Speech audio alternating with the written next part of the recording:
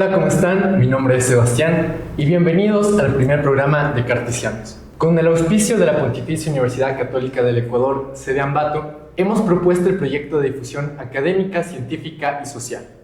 Un espacio de pensamiento crítico para poder entender las problemáticas que nos acomplejan día a día. En esta ocasión, tengo el placer de presentarles al magíster antropólogo Abraham Mora. Él tiene mucho conocimiento acerca de las culturas ecuatorianas y nos ayudará el día de hoy a entender nuestra realidad. ¿Qué significa ser ecuatoriano? Doctor, muchísimas gracias por aceptar nuestra invitación. Buenos días. Buenos días, muchas gracias, Sebastián. La verdad que me siento pues como muy complacido de ser parte de este proyecto. Felicito este proyecto también porque pues hace mucha falta en realidad en el contexto educativo. Pues hoy es muy complejo que los jóvenes de hecho estén inmiscuidos en todos estos temas. Y me parece pues fantástico. El tema que nos acoge de hecho muy amplio. Entonces voy a tratar de darle el aporte necesario modestamente sobre lo que vamos a tratar. Listo, Doc, muchas gracias. Entonces, como habíamos mencionado, el día de hoy queremos tratar la realidad ecuatoriana. ¿Qué significa ser ecuatoriano?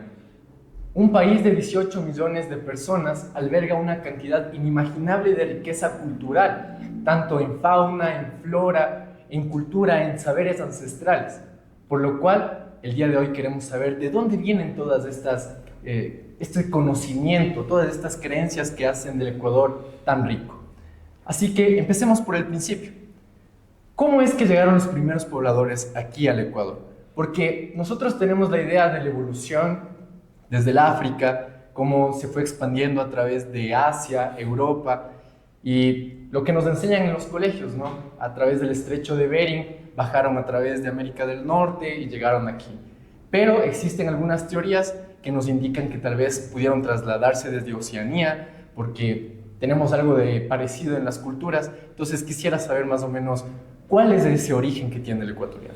Bueno, como tú lo has dicho, en verdad existen varias teorías. Sin embargo, pues las que coinciden, las que son pues académicamente aceptadas, pues han llegado los primeros habitantes a lo que sería llamado después continente americano, o lo que se le llamó en un largo tiempo también como la Via Yala.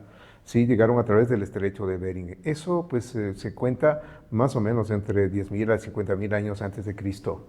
Entonces vemos que se van ubicando en lo que sería después nuestro país de Ecuador, en lo que sería el Abya Yala septentrional. Entonces tenemos ahí algunos vestigios de esto. Tenemos ahí las primeras culturas que datan de pues, 12.000 años antes de Cristo, en el Inga, cerca de Quito, y también en Las Vegas, en Manabí, en Santa Elena. Tenemos varias de estas culturas que luego, pues al pasar del tiempo, ya con una transformación y una evolución de miles de años, van a ir poblando y apareciendo otras culturas en la parte andina, como los panzaleos, los cañaris, los puruás, pues los otros más que están ahí, ¿no? Sí, entonces, como ven, aquí tenemos una cantidad extraordinaria de culturas. Pero ¿cómo es que llegamos a tener esta cantidad de diversidad cultural? Porque muchas de las veces, por ejemplo, en el Oriente existen incluso comunidades que no han tenido ese contacto con las ciudades. ¿Cuál ha sido uno de los factores que ha sido determinante para que exista esta diversidad tan grande? Bueno, la diversidad en sí mismo, pues ya haciendo un paso gigantesco de miles de años, lo que nosotros tenemos ahora, pues tiene que ver mucho con las migraciones.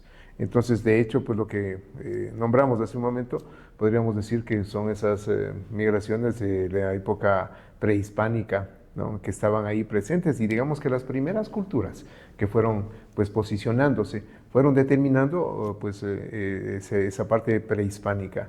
Sin embargo, en la misma parte prehispánica nosotros podemos encontrar pues también el Incario. Entonces, cuando llega el Incario, también existe un primer sincretismo, porque pues de hecho se pensaba hace mucho tiempo pues que los incas llegaron y acabaron con todo lo que existía en la cultura anteriormente, y eso en realidad no es así.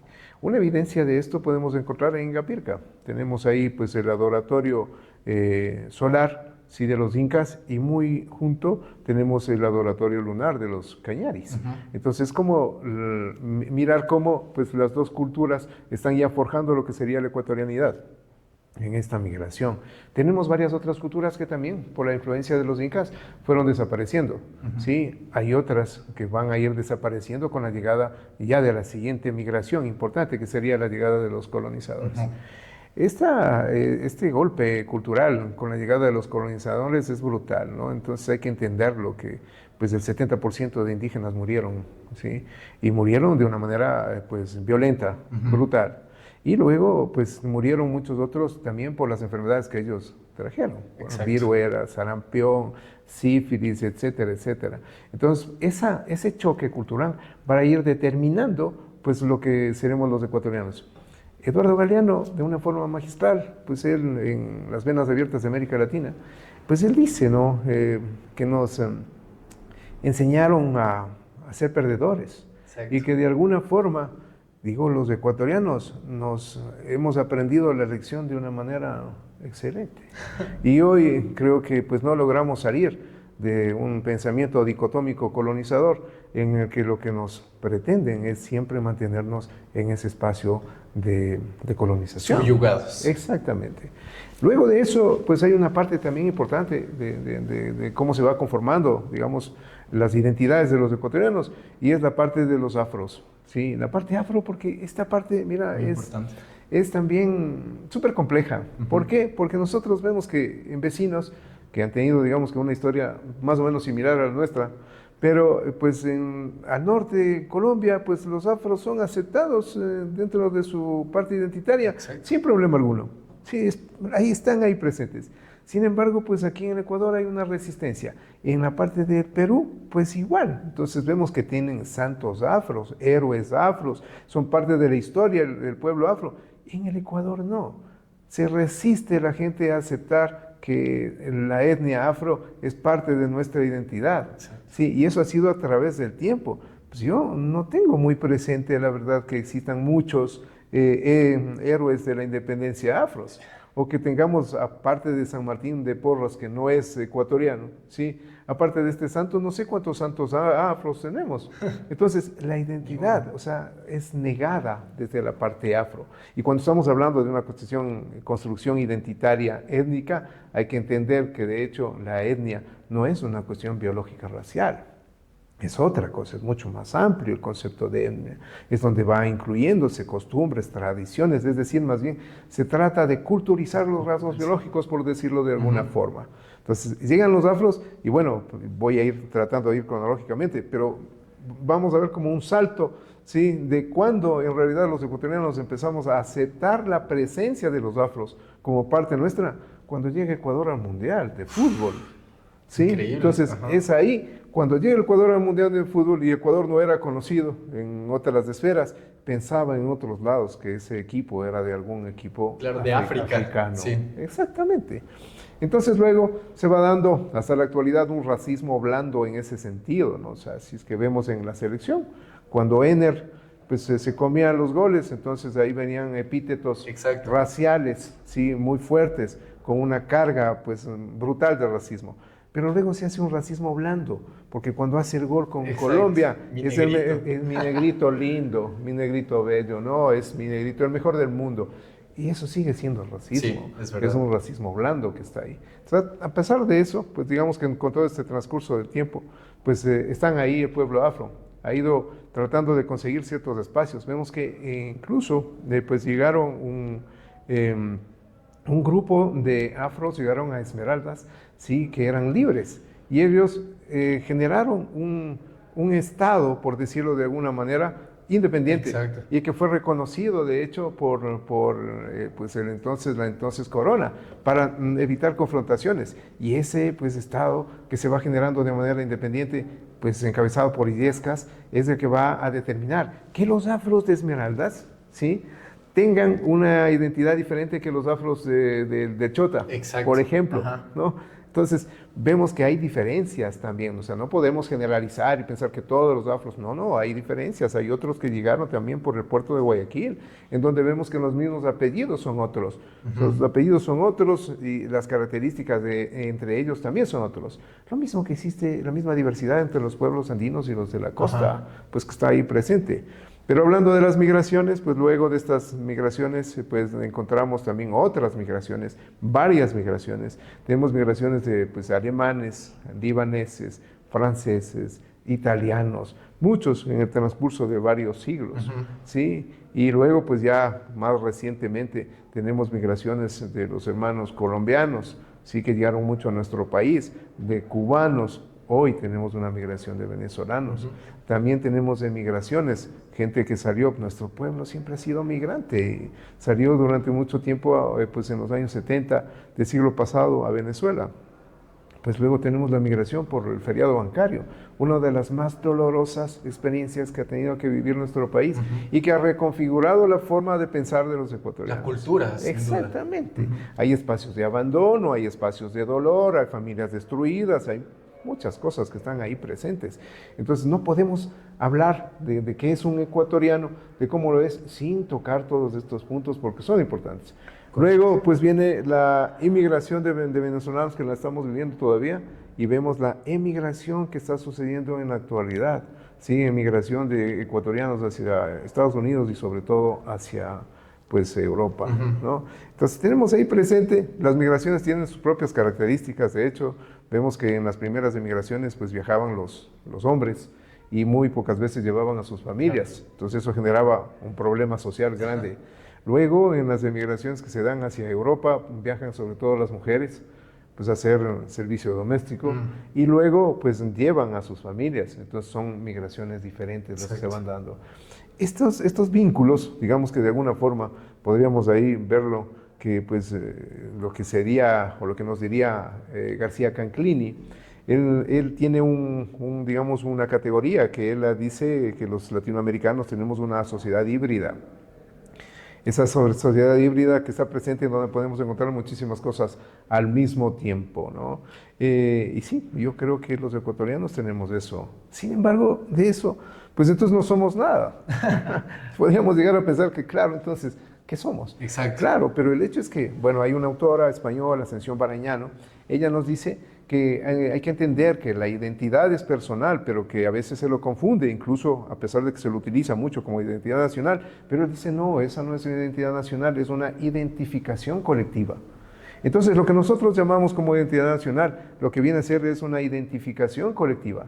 Esa identificación colectiva, que a pesar de que yo soy de Ambato, pues y tengo ciertas características, y que de hecho que no podemos decir que todos los ambateños somos iguales, ¿no? Porque pues, los que vivimos, yo qué sé, yo vivo en Quillán Loma, pues tengo mis características particulares diferentes de los que viven en Miraflores. En una misma ciudad, no en una misma en ciudad, todo el exactamente. país. Pero tiene que haber algo que nos identifique.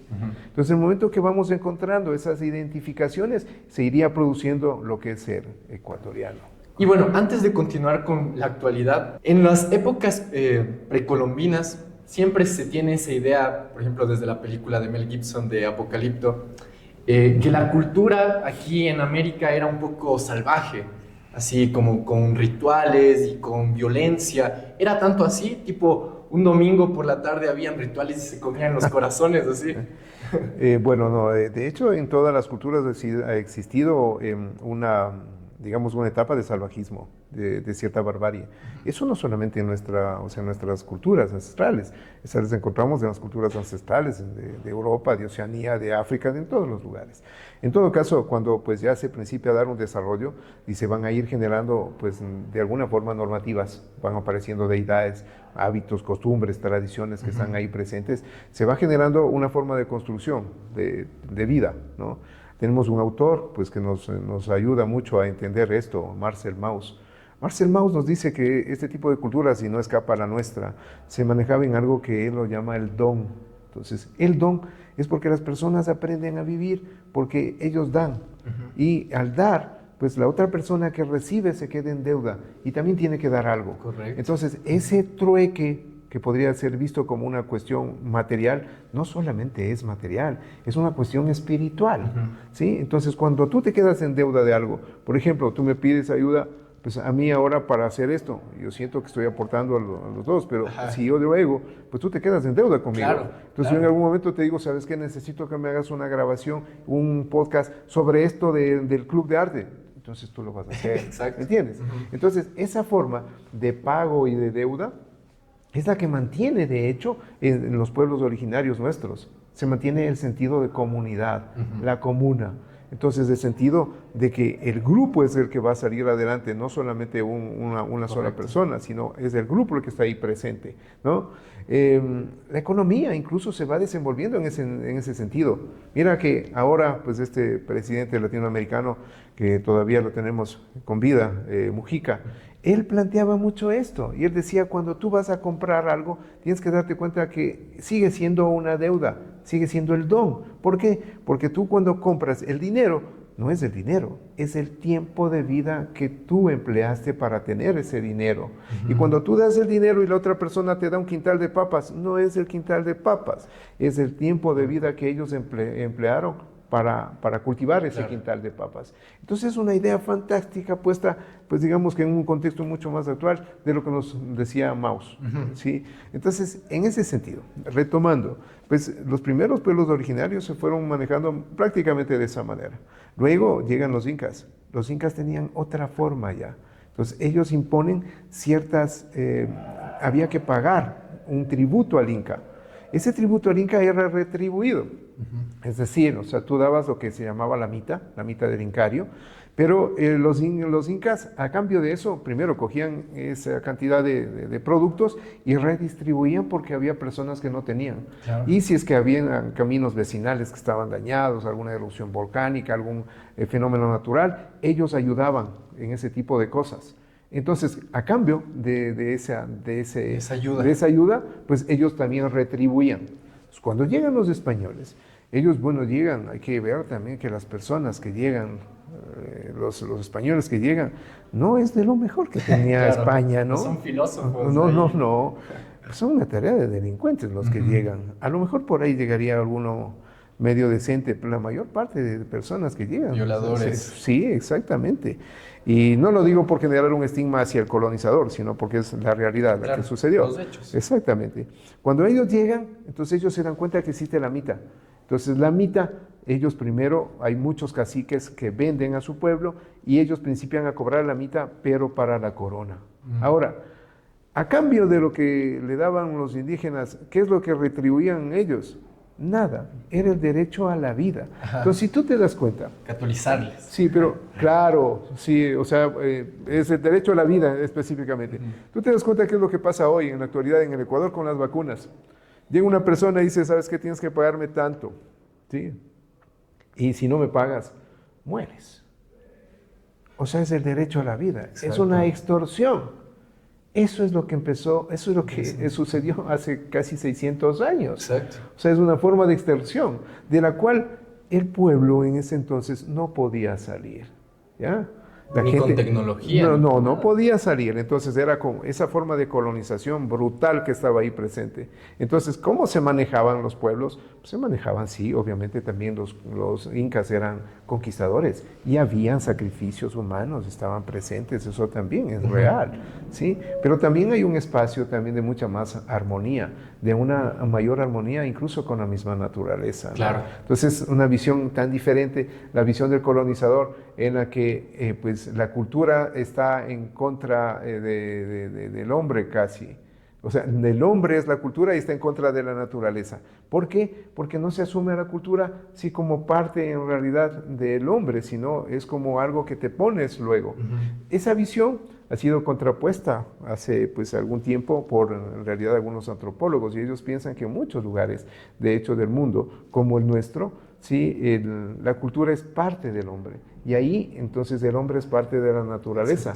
Entonces la cuida, la protege, es parte de... Es parte de... Sí, pero mira, en la parte de colonizador es tan fuerte eso, que tú puedes ver, aquí tenemos algunos cuadros de mis alumnos en el Club de Arte, que en en pocos paisajes está incluida la figura humana. Ajá. ¿Sabes por qué? Porque lo que pasa es que históricamente el paisaje tiene que ser puro. Y el rato que entra el hombre, pues el hombre en realidad contamina el paisaje. Exacto. Lo modifica para su conveniencia. Entonces, al mirarlo así, pues siempre vamos a estar en contra de la naturaleza. Y ese es un pensamiento nuestro. No, es una construcción después de la colonización. Correcto. O sea, es una de las formas de construcción que se fueron dando. Entonces, hay varias cosas que podríamos nosotros resaltar sin caer en un indianismo, sin caer en pensar de que pues, los indígenas son los protectores de la naturaleza y que son puros y castos, ¿no? Y que es no, ellos tienen los mismos problemas que tenemos hoy, porque ya los indígenas de ahora, pues tenemos que ver que ellos tienen un espacio de mestizaje, ya no es la misma cultura.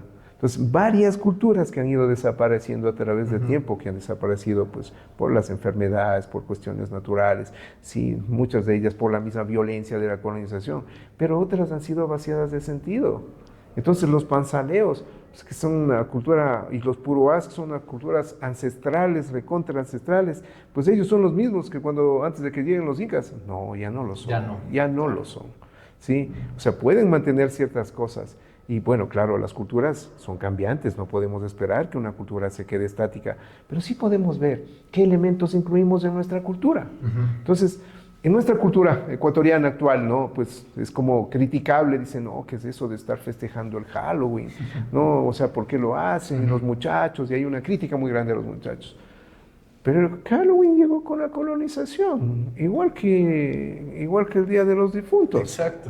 Sí, igual que cuando llega pues la Semana Santa, pero antes de la Semana Santa está el martes de Carnaval.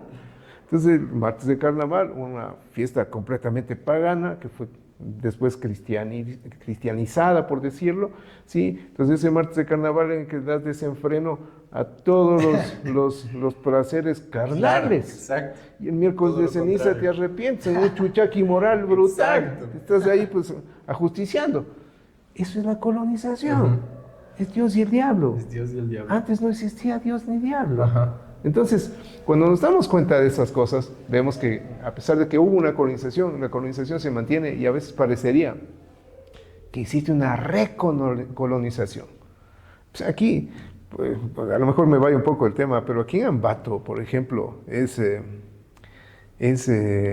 un lugar bastante complejo, que se podrían investigar varias cosas, Sí, ¿no? sí, Aquí en Ambato, definitivamente. pues viene la fiesta de carnaval, entonces la fiesta de carnaval se apropian los indígenas, lo hacen suya, ¿no? Entonces se pintan la cara, hay varias manifestaciones simbólicas que están ahí, el agua y muchas otras cosas, pero luego, pues viene el terremoto de Ambato y viene la fiesta de la fruta. Pero cuidado, y al rato de la fiesta de la fruta ya no se juega carnaval aquí. Claro. Cuidado, que esos cholos salvajes vayan a jugar en la Tacunga, no vayan a jugar en Riobamba, pero aquí en Ambato no. Sí, somos Exacto, mucho más muy, sí, somos súper cultos. Pero eso sucede. No, eso no sucede. Quien quiere decirme eso está cegándose a la realidad. Nos encanta que jugar. vayan y les vean a los hijos, les vean a los nietos, que les vean que juegan a escondidas, escogen y juegan entre ellos, salen y juegan en la calle. Exacto. Se acaba el desfile y les acaban a los policías que van detrás. en la ronda nocturnal. ¿Por qué? Porque se quiso dar una recolonización. O sea, nuestro pueblo indígena ha tenido espacios brutales, ¿no? Increíblemente creativos, verás, eso pues nos da la esperanza de que nuestro pueblo mestizo, porque no es el pueblo indígena nada más, sino el pueblo mestizo, el que va generando una identidad muy particular. Ahí tenemos un autor, riobambeño, un autor que, mira, pues es muy conocido en Latinoamérica y aquí en Ecuador no se lo conoce. Se llama Bolívar Echeverría. Bolívar Echeverría plantea algo que él dice que es el etos barroco. Simplificando, porque es un concepto muy, muy amplio, pero simplificando, él dice, a ver, ¿qué es lo que pasa? ¿No? Los indígenas, ellos como un espacio de supervivencia, se van creando un mestizaje y se van apropiando de cosas, y aparecen festividades que lo hacen suyas a través del mestizaje, pero, o sea, en eso podríamos ver parte de nuestra identidad, porque ya no son indígenas, ni tampoco están los colonizadores, es una mezcla ya. Es una Y una evidencia de eso es la mama negra. Pues es la diablada de Píllaro, es el mismo carnaval, ¿me entiendes? Entonces, está ahí una parte de la identidad tan importante, muy fuerte, muy bien, pero esa misma está siendo, en este momento, está siendo vaciada de sentido. Entonces, se folcloriza esa vacía de sentido. Cuando se vacía de sentido, esas fiestas se quedan en nada, ¿sí? Y entonces somos presas nosotros de no ser ciudadanos, ¿sí? De no tener nuestra identidad, sino somos solamente consumidores. Exacto. Y todo lo que venga de fuera es aceptado y eso nos va quedando por un lado. Estar a expensas de países con mucho más poder adquisitivo, por ahí, por así decirlo, porque creo que realmente, bueno, ya vamos a hablar un poquito de ese tema, la economía que ha ido evolucionando en el mundo y en el Ecuador desde el boom capitalista ha traído muchísimos cambios en nuestros valores y en nuestra cultura, definitivamente, ¿no? Ahora, antes de ir para allá, si tal vez nunca vinieron los colonizadores, si tal vez nunca hubiesen venido para acá, ¿usted cree que hubiésemos llegado a tener una revolución industrial, tal vez, como lo pasó en Europa, con nuestras propias creencias, nuestras propias culturas, a través de nuestras propias necesidades? Verás, en realidad pensar en el inicio, bueno, la colonización es un inicio de una globalización posterior. Pero pensar que exista un mundo en el que pueda haberse abstraído de esa colonización es casi imposible. Sin embargo, claro, pudo ser la colonización diferente. Eso pudo haber sido. O sea, de hecho, mira que vos ves que en el viejo mundo, ¿sí? Ya se va dando un vínculo, digamos que una primera globalización entre ellos, sin tomar en cuenta el nuevo mundo porque no lo conocían. Ajá. Entonces vemos cómo el pueblo árabe, pues que son los comerciantes y a quienes debemos agradecerles muchísimo lo que tenemos, cómo van cruzando las fronteras y van, pues se puede ir viendo en la comida, por poner un ejemplo, ¿no? Cómo va pasándose el arroz, el azúcar de un lado, la sal donde se producía y luego pues llega hasta Roma, y en Roma es tan importante que pues hoy cuando nos pagan nuestro sueldo se lo llama el salario, ¿no? Entonces, como había que llegar a la India para conseguir todas las especies que eran muy valoradas, se le ocurre a Colón pues cruzar otra ruta. Ajá, o sea, el destino estaba marcado. Pero más o menos, no, él no pensaba que iba a llegar al Nuevo Mundo, pero lo que pensaba es que iba a llegar a la India, y de hecho cuando llega, piensa todavía que llegó a las Indias. Es muy complejo pensar en la actualidad que nuestro continente, que lo que era el Abya Yala, podría haberse desarrollado solo en ese sentido, porque tenemos la visión occidental. Pero hay que tener en cuenta que cuando llegan los mexicanos, los españoles a México, encuentran una ciudad, ¿sí? Una ciudad que tenía varios pisos dentro del agua, sobre el agua, y que tenía más de 2,000 personas, más, casi 10,000 personas de habitantes.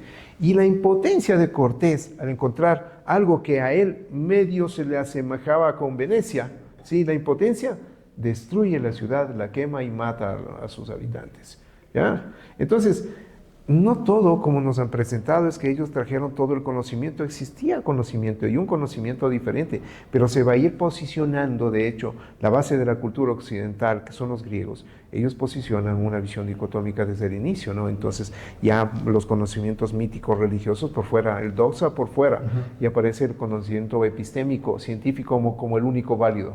Y eso se posiciona hasta la actualidad, claro, ¿no? Claro. Pues, y lo tenemos muy bien, porque mira, pues la medicina, la que se da aquí en la universidad, es una medicina, pero en base a la medicina occidental. Y en contra de ciertas pseudociencias, como la homeopatía, por ejemplo, ¿ya? Con la cual se le quita total validez. Entonces, esa confrontación es la que nosotros vemos. ¿Podríamos haber llegado a una forma de crecimiento científico? Pues yo creo que sí. Pero muy probablemente esa ciencia sea diferente a la ciencia que conocemos ahora. Claro. Más espiritual. A lo mejor, quién sabe, tendría otro tipo de vínculo. Lo que hoy es denigrado, ¿no? O sea, si tú verás dentro de las mismas ciencias que las que son aceptadas, de hecho, como ciencias, vemos que las personas, pues los psicólogos que hacen pues mucha estadística, muchos proyectos de investigación en ese sentido, pues son psicólogos científicos. Los que hacen mucho psicoanálisis y alguna cosa así, pues ya son medios chamanes.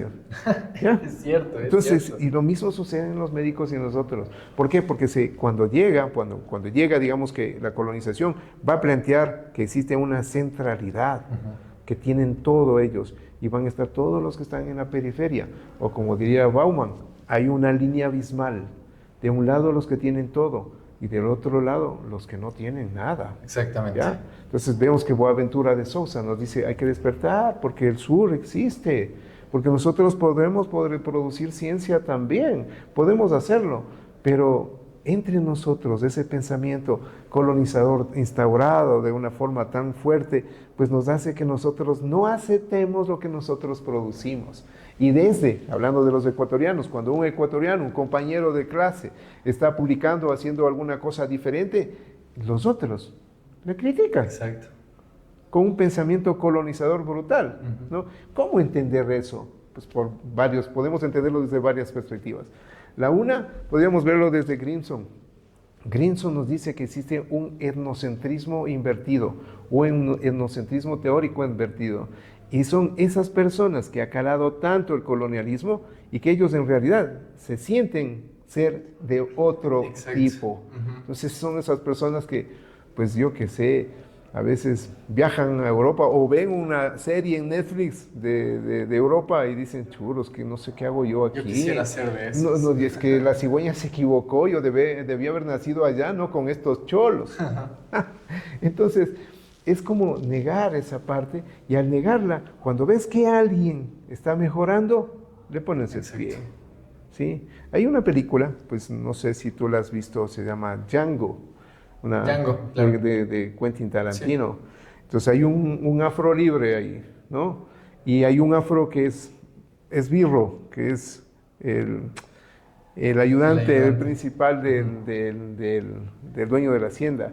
Y él le dice, mira, le dice, este afro que llega con caballo, ¿qué es eso?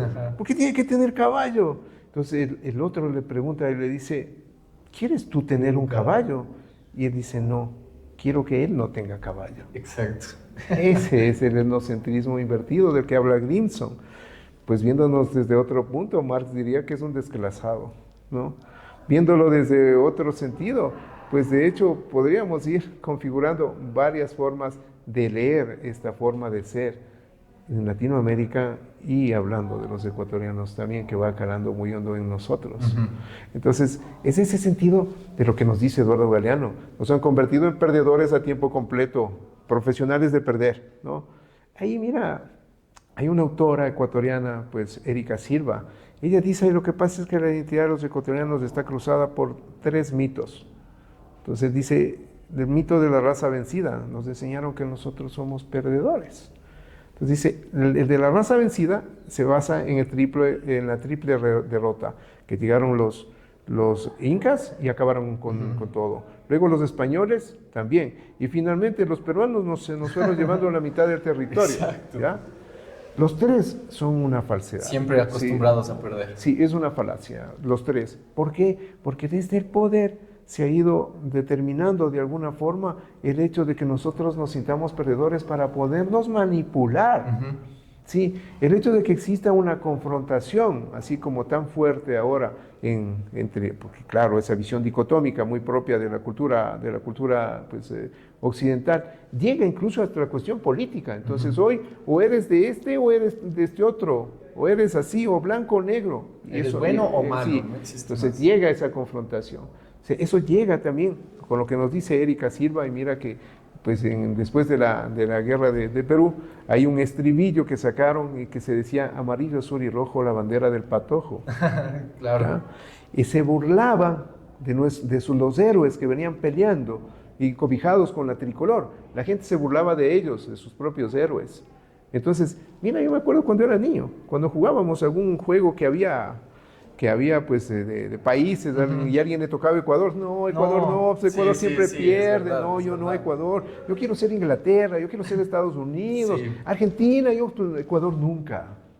Me ha pasado. Entonces te duele ser ecuatoriano. Se vuelve lo que llamaría pues Espinosa Polo un mestizaje con consecuencias dolientes. Ese es un mito. El otro mito es el blanqueamiento, ¿no? O sea, tienes que blanquearte para poder llegar a tener algo y para poder ser algo. Y el blanquearte es consumir cosas de blanco. Exacto. Parecer blanco, sí, producir cosas de blancos y serlo, ¿no? Entonces está ahí podríamos quedarnos con ejemplos, de hecho, pues mucho más largos. Mira, aquí en nuestra ciudad, hago referencia a nuestra ciudad porque pues yo vivo aquí, no porque tenga algo en contra de los zambateños, ¿no? Pero tú ves que aquí se da todavía en la fiesta de la fruta se va la fiesta taurina. Claro. Entonces en la mañana, pues las personas que gustan de esta práctica empiezan a hablar como españoles. Joder, tío, hostia. A tomar vino. A tomar vino en bota. Llegan a la plaza y estando en la plaza, pues de hecho se toman fotografías para que les vean y publicar en todas las redes sociales, porque eso les da un status quo. ¿Ya? Es un proceso. Exactamente.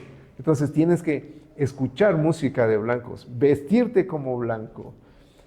Nosotros somos mestizos, yo creo que ahí tenemos una ganancia muy grande, ¿no? Porque pues nosotros podemos vestirnos como queramos en realidad. De dos mundos ahí. Exactamente, y tiene que estar eso ahí. Pero claro, Erika Silva, ella pues hablando de esto nos plantea este hecho. También hay un mito que se llama el señorío sobre el suelo, que se piensa que tenían que haber llegado los colonizadores para ellos habernos enseñado a cultivar la agreste naturaleza, a descubrir el río Amazonas, ¿no? Lo cual es una falacia inmensa, ¿no? Porque claro, para ellos fue un descubrimiento el río Amazonas. Pero para la gente que vivía por ahí, yo te apuesto que no. Toda la vida. Iban a veranear, a pescar, a jugar en el río Amazonas, pero para ellos fue fantástico y fue una oda increíble. Entonces todo eso te lleva a configurar que cuando pues te dicen ser ecuatoriano, te vinculas con ser cholo, con ser mestizo, y eso te duele. Y eso te duele. Y tratas de negarlo, como quiera que sea. Entonces, incluso ahí, mira, en la parte política se vuelve una cuestión aspiracional. Existen entonces diferentes formas, de hecho, de capitalismo. No existe solamente una forma. Vemos como en algunos países hay una garantía muy fuerte sobre la seguridad social. En otros existe pues una garantía muy grande sobre la misma educación. Y no estamos hablando de países socialistas, sino de países capitalistas. Entonces, yo creo que va mucho más que eso. Nosotros, creo yo, como ecuatorianos, de lo que se trata o de lo que se piensa desde mi perspectiva es de que exista un Estado que sea mucho más fuerte y que se haga cargo de algunas de las cosas, obviamente dejando los espacios para la libre empresa que debería estar ahí presente. Súper necesaria. Necesaria, tiene que estar ahí, pero tiene que haber un Estado en cambio que se haga cargo de esos espacios, sobre todo porque tiene que haber igualdad de oportunidades, y en la extrema pobreza que se encuentra gran parte de nuestro pueblo, sí, con una tasa de desempleo muy alta, pues es innegable que el Estado tiene que intervenir. Correcto. Entonces, como vemos, realmente los factores que hacen que la cultura ecuatoriana llegue a este punto son demasiado grandes, tanto económicos, tanto políticos, sociales, por lo que creemos que es súper necesario crear una filosofía ecuatoriana con las necesidades de hoy en día y con las tecnologías de hoy en día, porque siento que podríamos utilizar inteligencia artificial en zonas rurales que ayuden a progresar de alguna manera a ese conocimiento. Muchas de las personas, los jóvenes de hoy en día, pues el entretenimiento que tenemos en TikTok, en Instagram, en Facebook, es demasiado superficial. Está basado a esa economía capitalista de beneficio. El máximo beneficio que tú le puedas dar es lo que tú vas a crear. Y realmente, pues, quisiéramos darle un poco más de calidad al contenido que nosotros consumimos al día a día. Por lo que, para finalizar, Doc, quisiera que podamos reflexionar un poco de cómo se podría crear una filosofía ecuatoriana, con todos los problemas que nos están afectando hoy en día. Por ejemplo, el narcoterrorismo, siento que es algo que está influenciando tanto de una manera cultural que tal vez en los próximos años ya la apropiación sea mexicana, porque los carteles que se apoderan de los puertos son mexicanos principalmente, o albaneses de muchas culturas.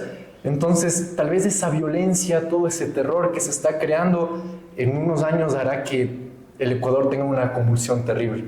Entonces, Doc, ¿cómo podríamos de alguna manera contrarrestar estos valores antisociales con una filosofía mucho más social, académica y cultural? Bueno, hay varias cosas, de hecho, es una pregunta con varios puntos.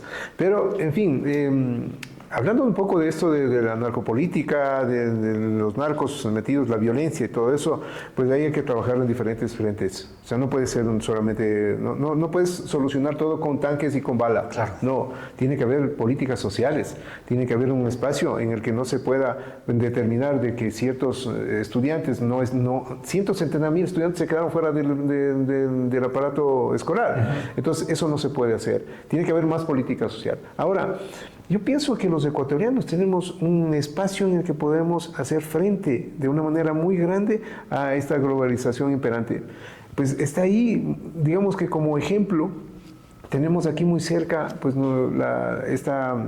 este pueblo de Salinas, de Guaranda, en donde ellos basan pues, su economía en una mezcla desde la visión de la comunidad. Entonces es la comuna, es la comunidad la que aparece. A lo mejor eso no suena a comunismo, pero no es así, o sea, no puede estigmatizarse. Entonces, de alguna manera ellos están creciendo en diferentes industrias, la industria creo que del queso, la industria del chocolate y otras, pero no crece solo una persona, no hay un dueño, el dueño es el pueblo. Claro. Entonces, la visión va cambiando, la noción de un sentido social también cambia. Entonces, el hecho de nosotros ser un pueblo mestizo también puede ayudar a configurar una identidad diferente cuando vayamos aceptando nuestro mestizaje.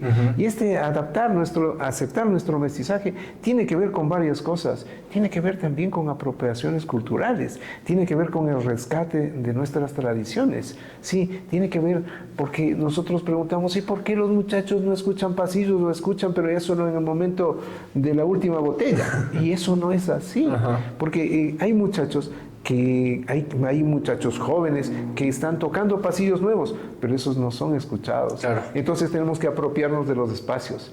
Tenemos que tratar de impulsar ese tipo de cosas a través de las redes sociales, de YouTube y de programas, sí, de podcast como el que tú estás haciendo. Creo que es un trabajo arduo, sí, pero que no podemos darnos por vencidos, sino continuar. Correcto, Doc. Muchísimas gracias por aceptar esta invitación. Ha sido una conversación realmente enriquecedora. Espero que podamos contar con su presencia en una próxima vez. Y a ustedes espero encontrarlos en una próxima. Y como dijo Cancerbero, no existirá una revolución sin revolución de conciencias. Hasta la próxima. Gracias, Doc.